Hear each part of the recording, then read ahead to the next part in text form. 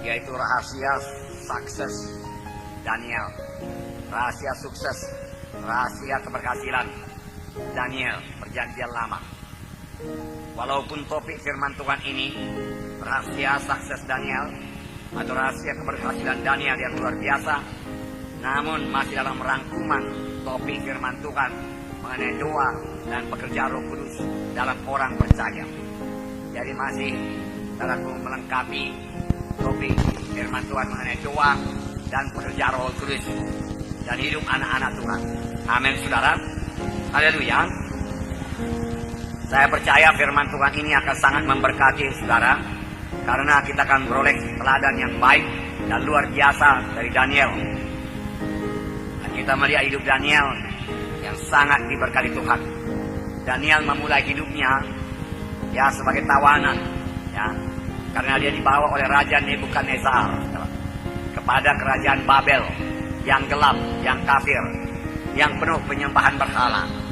Maksud daripada Nebukadnezar yaitu mendidik Daniel dengan ilmu kerajaan Babel, supaya bisa membantu dalam pemerintahan kerajaan Babel. Hanya sebagai pembantu saja, boleh jadi paling-paling lah kalau sekarang jadi bupati. Nah demikian. Dan mereka yang dibawa Nebukadnezar ini adalah orang-orang pilihan, tidak bercacat celah, dan orang-orang keturunan bangsawan. Di antaranya terdapat Daniel, Sadrak, Mesa, dan Abednego. Nyatanya Daniel, saudaraku, dikaruniai Tuhan, saudaraku, hikmat yang luar biasa, pengetahuan yang luar biasa, pengertian-pengertian rohani yang dalam, sehingga dia bisa menafsirkan mimpi dan penglihatan-penglihatan. Sehingga Raja Nebukadnezar, lalu kemudian Raja Belsasar, kemudian Raja Darius, tetap memberikan kedudukan yang paling tinggi kepada Daniel. Karena setelah dia seorang tokoh yang sangat dibutuhkan dalam pemerintahan kerajaan kafir ini yang tidak mengenal Tuhan. Nah saudaraku, jadi karirnya dimulai daripada ditawan, lalu dibawa ke Babel, saudaraku, untuk diajari ilmu Babel, tak ilmu pemerintahan, tak ilmu perang. Supaya dia membantu Raja Nebukadnezar.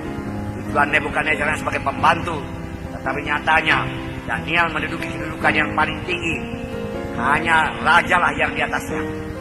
Kalau sekarang disebut dia Perdana Menteri, dan Daniel lah sebenarnya menjalankan pemerintahan.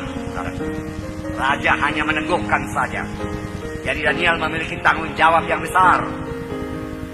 Pekerjaannya cukup sibuk, bahkan sangat sibuk, saudara. Inilah dia Daniel yang mulai dari bawah, saudaraku, sampai, saudaraku, dan jenjang yang paling tinggi, saudaraku, dalam dunia ini, saudaraku, memerintah kerajaan dunia. Karena Babel adalah kerajaan dunia. Kemudian Belsasar menggantikannya masih kerajaan dunia. Kemudian Darius mengalahkan kerajaan Babel. Darius juga memerintah. Kerajaan Darius, kerajaan Media Persia, adalah kerajaan yang besar, mencakup seluruh dunia, saudaraku. Nah, saudaraku yang kasih, dan Daniel, saudaraku, menjadi Perdana Menteri sampai pada saat dia umur panjang 80 tahun masih sebagai Perdana Menteri, memiliki pengetahuan dan kepandaian yang melebihi semua pemuda-pemuda lain. Bahkan dalam setiap kebijaksanaan yang ditanyakan Raja Nebukadnezar, Daniel didapati 10 kali lebih cerdas daripada semua ahli jampi dan anak-anak muda yang lain dalam kerajaan Babel tersebut. Dan lebih-lebih kepada Daniel dikaruniakan kesanggupan untuk mengartikan mimpi-mimpi dan penglihatan, sehingga Daniel menjadi tokoh yang sangat dibutuhkan Nebukadnezar dalam kerajaan Babel. Semua ini adalah karena anugerah dan pertolongan Tuhan kepada Daniel, melebihi kesanggupan manusia. Itulah berkat Tuhan, diberikan Tuhan kepada Daniel. Mengapa diberikan Tuhan kepada Daniel, saudaraku? Sehingga Daniel mencapai sukses yang sangat luar biasa, keberhasilan yang luar biasa. Tidak ada kurang pada Daniel. Bahkan tidak ada cacat dalam hidup Daniel, saudaraku. Tidak ada. Dia tidak pernah mundur daripada jalan Tuhan. Tidak pernah, saudaraku. Tidak pernah mengeluh, saudaraku. Bahkan ketika 120 orang pembesar yang lain dalam kerajaan Darius mencoba mendakwa Daniel itu kesalahannya, satu kesalahan pun tidak dapat mereka. Karena Daniel hidup tulus, hidup setia kepada raja dan menjalankan segala hukum-hukum kerajaan Media Persia. Tentu saja berkat-berkat materi yang diterima Daniel juga sangat berkelimpahan. Daniel menjadi orang yang sangat dihormati dalam kerajaan Babel, dalam kerajaan Media Persia. Orang takut kepada dia, segan kepada dia, karena kedudukannya yang begitu tinggi. Tidak sembarang orang bisa bertemu dengan Daniel, karena dia Perdana Menteri. Saudaraku yang kasih dalam nama Yesus, bagaimanakah jalannya yang mencapai sukses yang luar biasa, kedudukan yang luar biasa tersebut? Biarlah kita pelajari, karena Tuhan ini sudah berubah. Apa yang dia berikannya kepada anak-anaknya yang setia kepadanya, yang hidup kudus pada zaman dahulu, Tuhan akan memberikannya juga, mengenapkannya bagi anak-anaknya yang juga hidup menyangkal diri kudus dan hidup setia kepada Tuhan, menolak semua dosa dan pencobaan-pencobaan. Saudaraku yang kasih dalam nama Yesus, biar kita juga memiliki gaya hidup Daniel. Pertama, gaya hidupnya Daniel dan kawan-kawannya memutuskan untuk hidup menyangkal diri. Daniel dan kawan-kawannya memutuskan untuk hidup menyangkal diri. Mereka dibawa kepada kerajaan Babel, kerajaan kafir, kerajaan gelap. Saudaraku, di mana banyak berlajak-lajak, tabiat daging, duniawi ada di situ semua, saudaraku.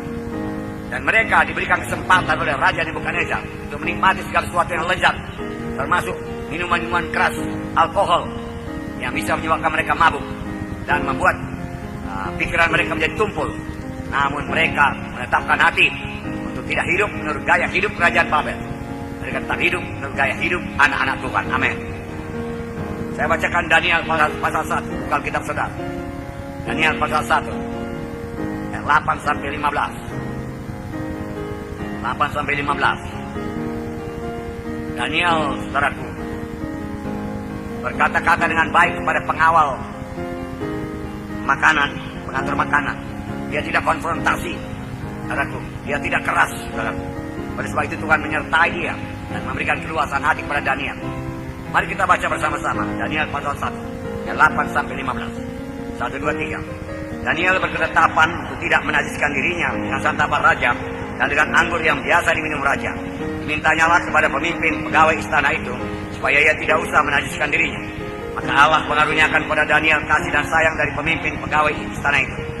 Tetapi berkatalah pemimpin pegawai istana itu kepada Daniel, "Aku takut kalau Tuanku Raja yang telah menetapkan makanan dan minumanmu berpendapat bahwa kamu kelihatan kurang sehat daripada orang muda yang lain yang sebaya dengan kamu, hingga karena kamu aku dianggap bersalah oleh raja." Kemudian berkatalah Daniel kepada pejenan yang telah diangkat oleh pemimpin pegawai istana untuk mengawasi Daniel, Hanaya, Misael, dan Azaria, "Adakanlah pencobaan dengan hamba-hambamu ini selama 10 hari, dan biarlah kami diberikan sayur untuk dimakan dan air untuk diminum. Sesudah itu bandingkanlah perawakan kami dengan perawakan orang-orang muda yang makan dari santapan raja. Kemudian perlakukanlah hamba-hambamu ini sesuai dengan pendapat." Didengarkannyalah permintaan mereka itu, lalu diadakanlah pencobaan dengan mereka selama 10 hari. Setelah lewat 10 hari, ternyata perawakan mereka lebih baik dan mereka kelihatan lebih gemuk daripada semua orang muda yang telah makan dari santapan raja. Nah, keadaan rohani kerajaan Babel sepenuhnya gelap, saudaraku. Makanan minumannya, saudaraku, yang diberikan kepada Daniel amat mewah, bisa berlajak-lajak.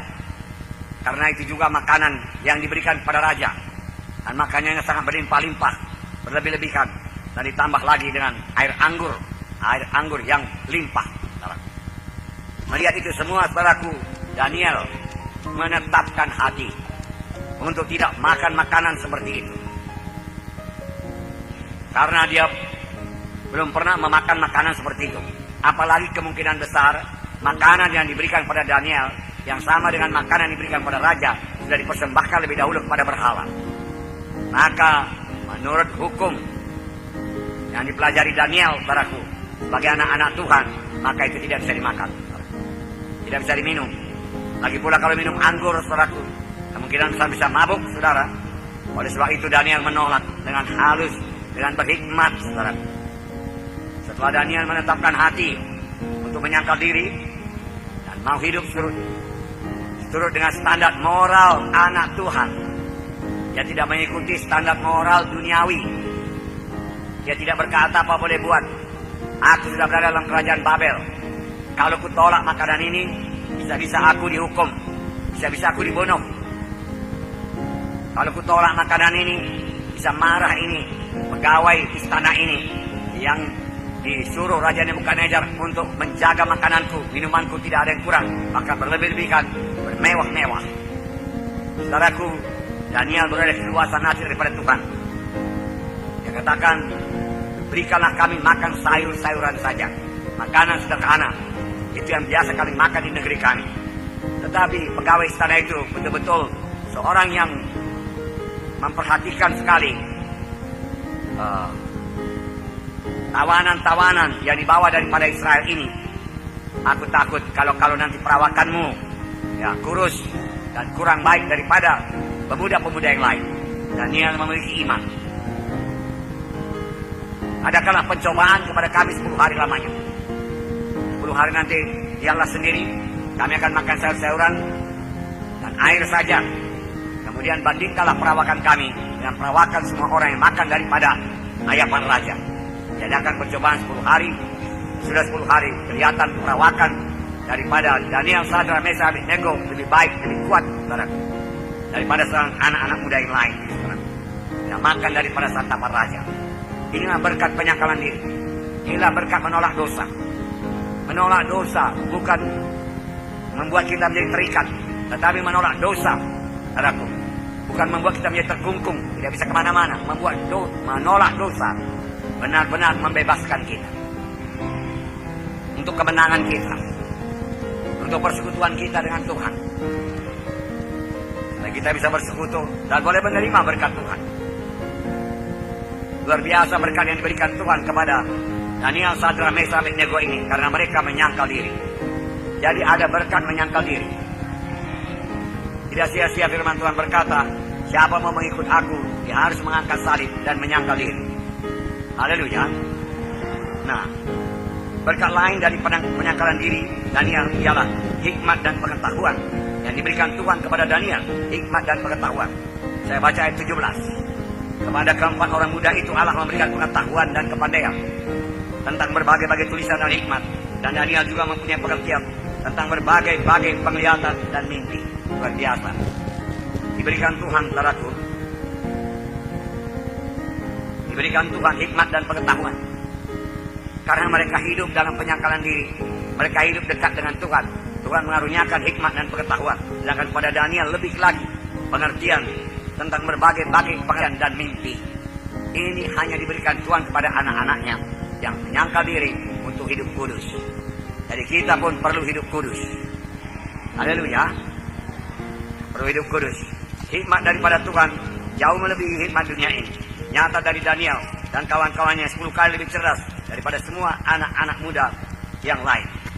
Daniel 1 ayat 20 berkata, dalam tiap-tiap hal yang memerlukan kebijaksanaan dan pengertian yang ditanyakan raja kepada mereka, didapatinya bahwa mereka 10 kali lebih cerdas daripada semua orang berilmu dan semua ahli jampi seluruh kerajaan. Nah, perhatikan hidup saudara. Harus hidup dalam penyangkalan diri. Artinya tidak mengikuti kehendak daging. Bahkan dengan Roh Kudus kita mematikan kehendak daging, maka kita akan menang hidup kudus. Jangan menuruti kehendak daging, melampiaskan kehendak daging, saudaraku. Baik dalam soal kemalasan, jangan lampiaskan kehendak daging dengan bermalas-malas. Baik dalam soal makanan, seperti Daniel ini menolak makanan-makanan yang merugikan tubuhnya. Dia tolak semua. Dia mau tubuhnya sehat, saudaraku. Tubuhnya sehat.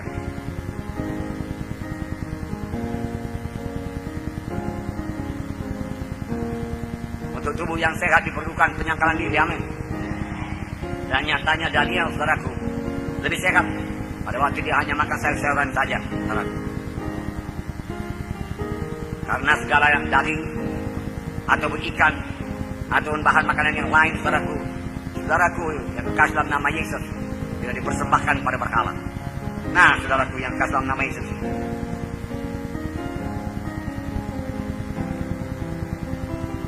barusan saya berdoa di luar sana, saudaraku, kepada seorang anak Tuhan jauh lebih muda daripada saya. Dan pada waktu penginjilan dahulu, saudaraku, dia masih sangat-sangat remaja.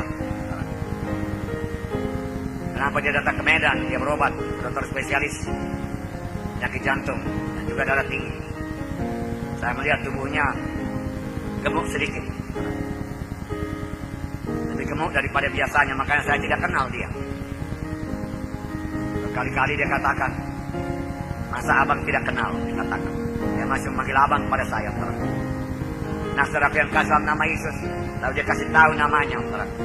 Lalu saya ingat, itulah kampung saudaraku, namun terpisah. Nah, sekarang dia ada di Bahorong. Saudara yang kasih nama Yesus, dia katakan kepadanya, tolong jaga makanan kau. Kalau sudah darah tinggi begini, jangan makan garam. Jangan makan daging. Sangkal diri. Jangan makan ikan. Katakan. Makan sayur saja. Dan nasi. Untuk beberapa waktu lamanya. Pasti turun itu tensi, saya katakan.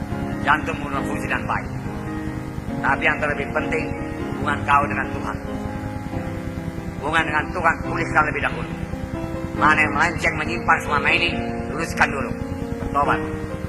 Maka Tuhan akan menyembuhkan. Saya katakan kepadanya, saya doakan padaku. Dia menangis padaku. Dan dia mau pulang padaku. Karena rumahnya jauh padaku. Nah, saudara yang kasih dalam nama Yesus. Penyangkalan diri. Penyangkalan diri. Saudaraku. Bukannya saya mengajak saudara vegetarian, saya pun tidak vegetarian. Tapi mana yang salah dengan pola makan kita? Semua kita bisa memperbaikinya, amin. Ya. Kalau memang terlalu banyak makan, terlalu congok, ya kurangilah. Haleluya. Ya. Saya bisa bicara terus terang kepada saudara. Ya. Karena saudara anak-anak iman saya. Saya pun berjuang juga, saudaraku. Saya rasa saya pun sekarang sudah kelebihan berat badan. Diturunkan juga ini, saudara. Amin, saudara. Ya. Dan itu dengan penyangkalan diri pasti berhasil. Haleluya. Ya. Nanti bulan muka setelah lihat saya ramping. Haleluya. Ya. Puji Tuhan. Dan berkat penyangkalan diri yang terima Daniel luar biasa, saudara. Pada akhir zaman ini juga harus kita terapkan penyangkalan diri ini. Saya bacakan kepada saudara.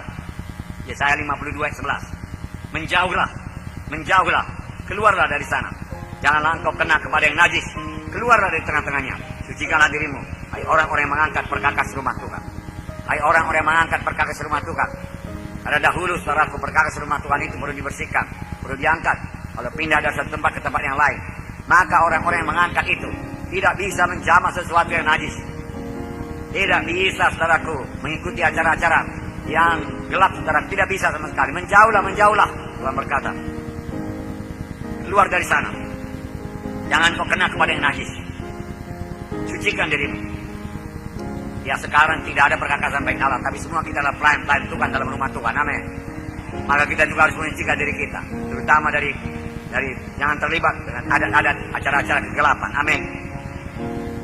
1 Korintus 5 ayat 11. 1 Korintus 5 ayat 11. Tetapi yang kutuliskan kepadamu ialah supaya kamu jangan bergaul dengan orang yang sekalipun menyebut dirinya saudara adalah orang cabul, kikir, menyembah berhala, pemfitnah, pemabuk atau penipu. Janganlah dengan orang yang demikian, janganlah kamu sekali-sekali makan bersama-sama. Saudaraku, tentu saja saudara bisa bertemu dengan dia untuk, saudaraku, menanamkan jalan Tuhan kepadanya. Saudaraku, apalagi sekarang hukum kita adalah hukum roh. Kita bisa bersaksi kepadanya. Tapi bukan, saudaraku, berintim-intiman dengan dia, saudaraku. Saudaraku, karena dia masih menyembah berhala, saudaraku, dan belum lahir baru, saudaraku. Pemabuk, menipu, saudaraku. Firman Tuhan berkata, jangan kamu merupakan pasangan yang tidak seimbang dengan orang-orang yang tidak percaya. Persamaan apakah terdapat antara kebenaran dan kedurhakaan? Bagaimanakah terang dapat bersatu dengan gelap? Tidak bisa. Jadi soal kegelapan saya percaya semua kita sudah menang. Amin. Soal hakiman berhala, dukun-dukun semua sudah menang. Amin. Janganlah kita terlibat di dalamnya. Mohon darah Yesus. Maka darah perlindungan darah Yesus yang saudara miliki tidak bisa ditembus oleh kuasa kegelapan manapun juga.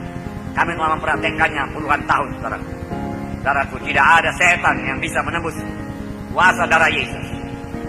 Ya, dia akan menyingkir kalau kita bersalin, kalau kita ditudungi oleh darah Yesus. Amin. Penyangkalan diri yang lain yaitu Jangan menjadi cara berpakaian saudara, jangan menjadi serupa dengan cara berpikir dunia ini. Saudara. Kita memiliki cara berpikir yang benar, cara bicara, saudaraku. Dunia ini lain dari cara bicara anak-anak Tuhan. Cara bicara anak-anak Tuhan memberi berkat bagi orang lain. Cara bicara orang dunia ini adalah kesombongan, merendahkan orang lain. Saudara, sistem dunia ini jahat. Ada sistem dunia. Kita masih hidup di dunia ini, tapi kita tidak hidup menurut sistem dunia. Kita hidup menurut sistem gaya hidup anak-anak Tuhan. Untuk itu kita perlu menyangkal diri. Saya bacakan Roma 12 ayat 1 dan 2. Buka kitab saudara, kita baca bersama-sama. Sini dikatakan, persembahkan dirimu. Kemudian jangan menjadi serupa dengan orang dunia ini. Tidak bisa serupa. Amin, saudaraku. Mari kita baca Roma 12, 1 dan 2. Karena itu saudara-saudara, demi kemurahan Allah, aku menasihatkan kamu, supaya kamu mempersembahkan tubuhmu sebagai persembahan yang hidup, yang kudus, yang berkenan kepada Allah. Itu adalah ibadahmu yang sejati. Janganlah kamu menjadi serupa dengan dunia ini, tapi berubahlah oleh pembaruan budimu, ya kamu dapat membedakan manakah kehendak Allah, apa yang baik, yang berkenan kepada Allah, dan yang sempurna. Amin. Betul. Haleluya. Katakan di sini mempersembahkan tubuh sebagai persembahan yang hidup, kudus, dan berkenan kepada Allah. Ada zaman perjanjian lama, apa yang dipersembahkan di atas mezbah itu sudah mati, tidak hidup lagi, dan tidak kembali lagi. Cuma menyuruh kita mempersembahkan tubuh kita di atas mezbah, yang berarti tubuh kita ini mati, kehendak daging kita mati. Bukan lagi kehendak kita, tapi kehendak Tuhan yang jadi dalam hidup kita. Untuk itu kita harus menyangkal diri kita. Haleluya. Kehendak daging pasti kalah kalau saudara mau mengalahkannya. Sadarilah bahwa saudara sudah dipersembahkan dalam mezbah persembahan untuk Tuhan. Itu sudah menjadi milik Tuhan. Saudara sudah menjadi milik Tuhan. Jangan lagi serupa dengan dunia ini dikatakan. Jadi serupa dengan dunia ini. Jangan serupa dengan dunia ini dalam cara berkata-kata. Saudara, cara hidup saudara, gaya hidup saudara, cara pakaian saudara, cara hidup saudara tidak sama dengan dunia ini, saudara. Saudara, ada gaya hidup dunia, ada gaya hidup anak-anak Tuhan. Tidak sama. Seperti siang dengan malam bedanya. Kita sudah dipanggil Tuhan untuk hidup kudus, saudara. Ini berarti kita harus mentaati Tuhan, menyembah Tuhan, dan memuliakan Tuhan dalam hidup kita. Kita harus menjaga hidup kita supaya seluruh hidup kita ini mempermuliakan Tuhan. Dilihat oleh orang dunia ini kita menjadi terang, dan hidup kita mempermuliakan Tuhan. Untuk itu kita harus dosa, membenci kejahatan, bencilah kejahatan. Kemudian melayani Tuhan dan menjadi saksi terang buat Tuhan dan berbuah bagi Tuhan. Amin, saudaraku. Amin. Jangan kamu menjadi serupa dengan dunia ini. Jangan menjadi serupa dengan dunia ini. Sistem dunia mempunyai sistem sendiri, lain daripada sistem hidup anak-anak Tuhan. Sistem hidup warga surgawi. Karena kita ini warga surga yang masih tinggal di bumi ini beberapa saat lagi sebelum Yesus datang kedua kali. Dan kita akan bertemu dengan Tuhan di awang-awang, supaya kita tidak bertemu dengan antikristus. Saudara yang kasih dalam nama Yesus, kita harus bersikap tegas. Jangan serupa dengan dunia. Dunia, lain gereja. Gereja yang hidup maksudnya. Gereja yang kudus. Tidak bisa samakan. Saudaraku, cara kerja gereja yang kudus tidak sama dengan cara kerja, saudaraku, dunia. Saudaraku, cara berpikir, saudaraku, anak-anak Tuhan tidak sama dengan cara berpikir orang dunia. Pikiran kita harus kudus. Barang apa yang indah, barang apa yang mulia, yang kudus, yang sesuai dengan kehendak Tuhan, itulah kita pikirkan. Sesudah kamu diselamatkan Tuhan, carilah perkara di atas, pikirkanlah perkara di atas, bukanlah perkara di bumi. Itu pikiran rohani. Untuk itu kita harus menyangkal diri kita. Kapan datang suntikan-suntikan setan saudaraku pada pikiran kita tolak. Amin, saudara. Nah, jadi ada dua kelompok, saudaraku. Kelompok dunia yang hidup menurut sistem dunia, yang dikuasai oleh setan, di bawah pemerintah setan. Percayakah saudara dunia ini di bawah kuasa setan? Ya tentu. Oleh sebab itu gaya hidupnya pun saudara gaya hidup yang disorongkan, yang diberikan oleh setan. Gaya hidup kita tidak bisa sama dengan gaya hidup orang dunia ini. Sistem dunia ini jahat, sistem dunia ini gelap, sistem dunia ini tidak kenal Tuhan. Oleh sebab itu dengan tegas firman Tuhan berkata, jangan kamu menjadi serupa dengan dunia ini. Jangan menjadi serupa. gaya hidup, ucapan, kata-kata dunia lain daripada kata-kata anak-anak Tuhan. Fellowship dunia lain daripada fellowship anak-anak Tuhan. Fellowship dunia kerap kali menjurus kepada kehendak daging dan amoral. Tapi fellowship anak-anak Tuhan adalah kesucian. Saling memberkati, amin. Saling meneguhkan, amin. Nah, saudaraku, jadi dengan tegas jangan kamu menjadi serupa dengan dunia ini. Untuk itu dibutuhkan penyangkalan diri. Ada beberapa ayat. 1 Yohanes 2:15. Janganlah kamu mengasihi dunia, karena apa yang ada dalamnya. Kalau orang mengasihi dunia, maka kasih akan Bapa tidak ada dalam orang itu. Jangan mengasihi dunia. Saudara, segala sesuatu dari dunianya kalau nyap, Tuhan mau memberkati kita. Saudara. Dan kalau kita timbun berkat Tuhan tersebut, akal lenyap. Saudara, akal lenyap. Punyailah hikmat daripada Tuhan. Saudara. Saudaraku, Daniel saudaraku, memiliki hikmat daripada Tuhan, pengetahuan dan pengertian rohani, hikmat daripada Tuhan. Itu sebabnya karir Daniel menanjak terus. Sampai kedudukan yang paling tinggi, Perdana Menteri, pada zaman Nebukadnezar, pada zaman Belshazzar, pada zaman Darius. Ya, Perdana Menteri yang menjalankan pemerintahan. Tidak surut, saudaraku, kuasanya, saudaraku. Walau terjadi penggantian pemerintahan, dia tetap diangkat jadi Perdana Menteri. Karena hikmatnya adalah hikmat dari atas. Hikmat dari atas yang kudus, yang penuh damai sejahtera, saudaraku. Saudaraku, itu hikmat yang diberikan Tuhan. Dan dipakai oleh Daniel. Bahwa berkat dalam hidup Daniel. Menurunkan kuasa Tuhan dalam hidup Daniel. Demikian juga kita. Sepanjang kita menolak sistem dunia ini. Cara berpikir dunia ini. Cara hidup dunia ini. Dan kita hidup, saudaraku, menurut firman Tuhan. Gaya hidup anak-anak Tuhan. Dengan hikmat daripada Tuhan. Dalam kita akan keberkatan. Dalam bidang keuangan, hikmat daripada Tuhan apa? Hikmat daripada Tuhan, hikmat dari atas adalah memberikan persepuluhan. Sejak mula saya selamat, saya percaya persepuluhan. Persepuluhan saya tidak banyak, namun saya tidak mau lalai memberikan persepuluhan. Memberikan taburan kepada Tuhan, saya tidak lalai. Maka saya suka sekali kalau ada memberi taburan kepada Tuhan. Entahkah itu pembangunan gereja, entahkah itu penginjilan. Kesempatan yang memberikan taburan. Itulah dia, saudaraku, hikmat yang dari atas. Biarlah tertanam dalam hati saudara. Saya mau Roh Kudus menanamkannya. Bukan segala tertanam dalam pengetahuan saudara saja. Lain pengetahuan, lain saudara yakin akan firman Tuhan tersebut dan mempraktekannya. Pengetahuan hanya kerap kali saudaraku di kepala. Pada waktu orang tua saya memberikan pada saya satu sepeda motor Honda yang bisa ngebut, saudaraku. Dia berkata, jangan mengebut anakku, bahaya, nanti kau tabrakan. Nyawa tantangannya, dia katakan. Oh iya, saya sudah tahu Pak, saya katakan. Tahu memang saya, bahwasanya mengebut itu bahaya. Bisa mencelakakan diri sendiri, bisa mencelakakan orang lain. Tahu saya. Tetapi saya mengebut juga. Mengebut juga, apalagi ada tantangan-tantangan dari orang lain. Oh, saya terima saja. Karena siapku saya masih besar, belum ditanamkan. Sampai pada saat saya tabrakan, yang hampir merenggut nyawa saya. Lalu saya yakin, memang mengebut itu bahaya. Mulanya hanya pengetahuan saja. Tetapi saya mempraktekannya juga. Yaitu terus mengebut, walaupun saya tahu mengebut itu bahaya. Kemudian saya tahu. Karena saya sampai diopname di rumah sakit beberapa hari. Malah saya pusing, saudaraku. Kalau berdiri sedikit goyang semuanya, saudaraku. Maka saya tahu, mengebut itu bisa merenggut nyawa. Maka saya tidak mau mengebut lagi. Banyak orang mengetahui tentang persepuluhan. Tetapi banyak alasannya tidak memberikan persepuluhan. Apa yang diketahuinya mengenai persepuluhan belumlah hikmat dari sorga. Itu hanya hikmat pengetahuan di kepala saja, karena belum dipraktekkan dengan yakin. Kalau memang hikmat dari sorga kita mengerti, kita mempraktekkannya dalam hidup kita.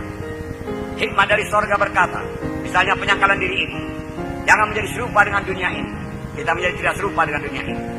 Hikmat dari sorga berkata, siapa mau mengikut aku harus menyangkal diri, mengangkat salib, maka kita mengangkat salib. Orang dunia tidak ada mengangkat salib. Kalau dia mau berbuat dosa, sepanjang tidak ketahuan kepada orang lain, dia berbuat dosa. Kalau dia mau berbuat kenajisan, selingkuh di sana, selingkuh di sini, sepanjang tidak ketahuan pada keluarganya, dia laksanakan itu, Tetapi kita tidak, Kita setia kepada Tuhan. Kita takut akan Tuhan. Karena kita tahu itu menduka citakan Tuhan. Tuhan cinta kepada kita. Sangat cinta, saya katakan kepada saudara. Lain kali saya bacakan kepada saudara mengenai Efraim. Satu suku bangsa Israel, Efraim, yang menyimpang daripada jalan Tuhan. Dinasehati Tuhan tidak mau. Tetap berbuat dosa. Tuhan menangis, tertulis, saudaraku, dalam Alkitab. Hai Efraim, Efraim, dia katakan. Aku menangisi engkau, dia katakan. Bagaimana aku bisa melepaskan engkau? Engkau adalah satu suku pilihan. Aku tidak bisa melepaskan engkau. Aku mengasihi engkau. Kembalilah Efraim, kembalilah Efraim. Tuhan berkata, itulah kasih Tuhan. Dia tidak mau Efraim hilang. Karena satu suku bangsa. Demikian juga Tuhan tidak mau saudara hilang. Tuhan panggil. Dari mulanya kalau manusia ini berdosa, Tuhan mencari.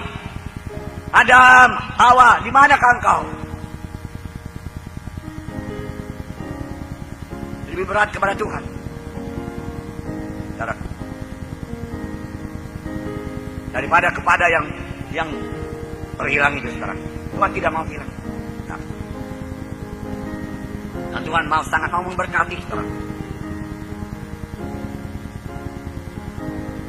Firman Tuhan berkata, mengasihi dunia membuat kita rendah dari Tuhan.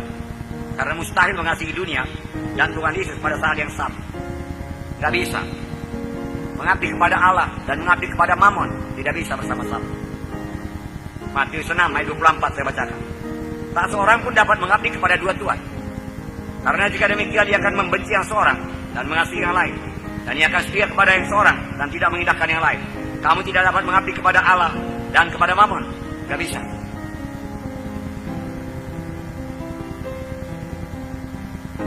Satu Yohanes 2:16 dikatakan, sebab semua yang ada dalam dunia, yaitu keinginan daging, keinginan mata dan keangkuhan hidup, bukan berasal daripada Bapa, dan bukan dari dunia, tidak berasal daripada Bapa.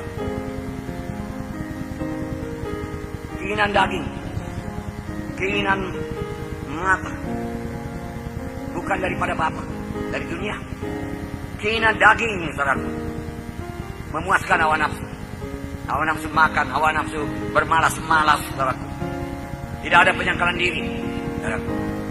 Tidak mau bekerja sungguh-sungguh. Itu semua kehendak daging. Saudara, Tuhan mengajar anak-anak yang rajin. Belajarlah kepada semut, dia katakan. Karena itu akan memubahkan saudara, membawa saudara kepada hidup yang berkelimpahan.